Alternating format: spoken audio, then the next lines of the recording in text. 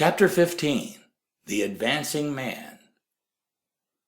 What I have said in the last chapter applies as well to the professional man and the wage earner as to the man who is engaged in mercantile business.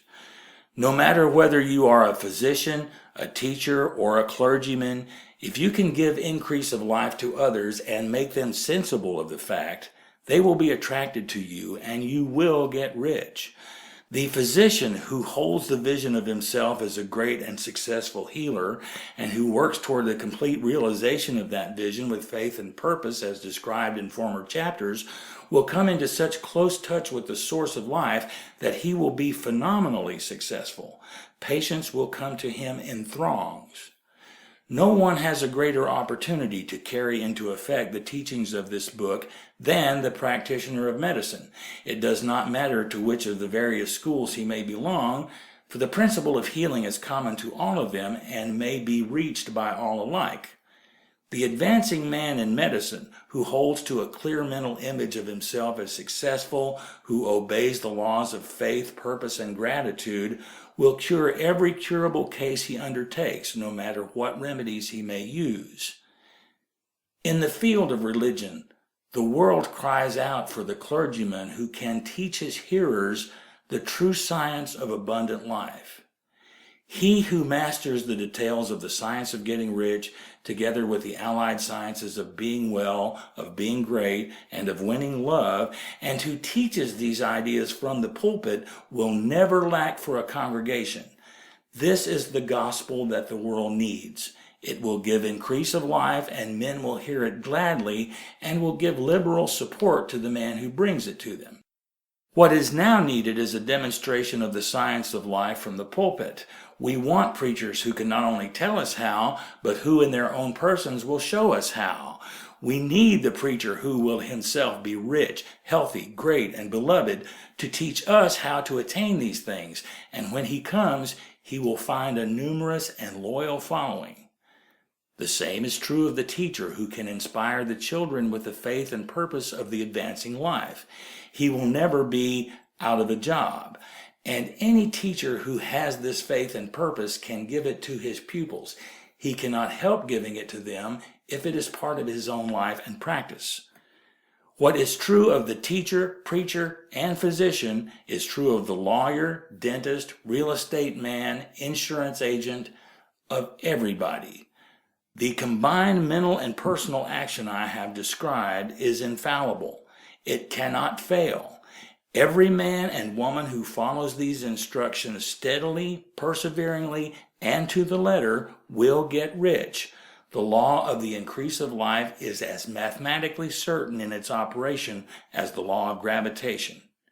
Getting rich is an exact science. The wage earner will find this as true of his case as any of the others mentioned.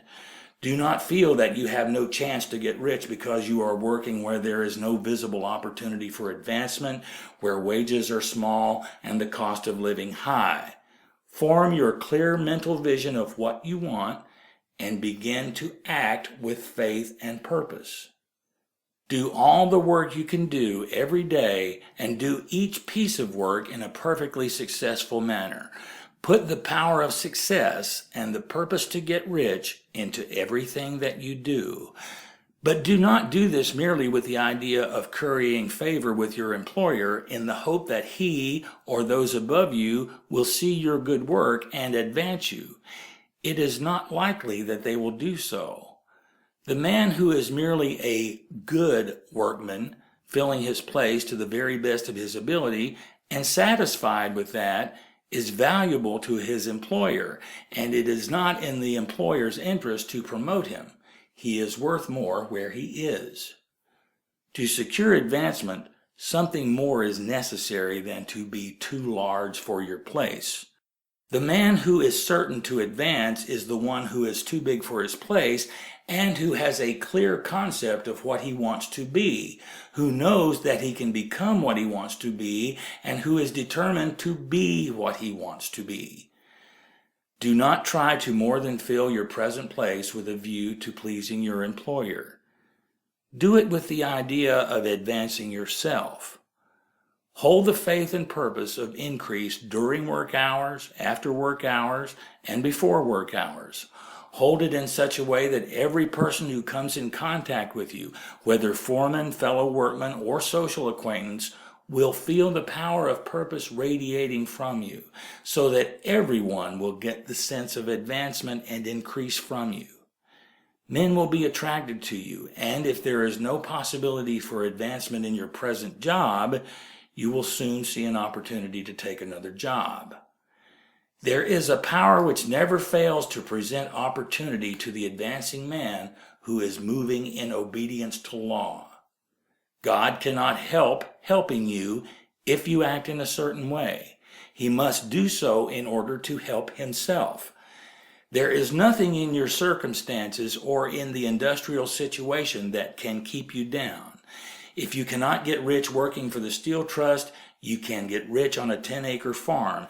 And if you begin to move in a certain way, you will certainly escape from the clutches of the Steel Trust and get onto the farm or wherever else you wish to be. If a few thousand of its employees would enter upon a certain way, the Steel Trust would soon be in a bad plight. It would have to give its workmen more opportunity or go out of business. Nobody has to work for a trust.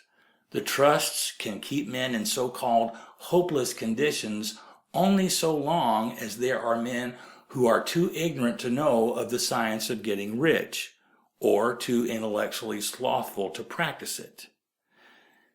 Begin this way of thinking and acting, and your faith and purpose will make you quick to see any opportunity to better your condition. Such opportunities will speedily come, for the Supreme, working in all and working for you, will bring them before you. Do not wait for an opportunity to be all that you want to be.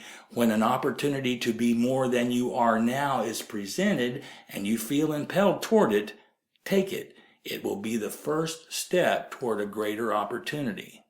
There is no such thing possible in this universe as a lack of opportunity for the man who is living the advancing life. It is inherent in the constitution of the cosmos that all things shall be for him and work together for his good, and he must certainly get rich if he acts and thinks in the certain way. So let wage-earning men and women study this book with great care and enter with confidence upon the course of action it prescribes. It will not fail.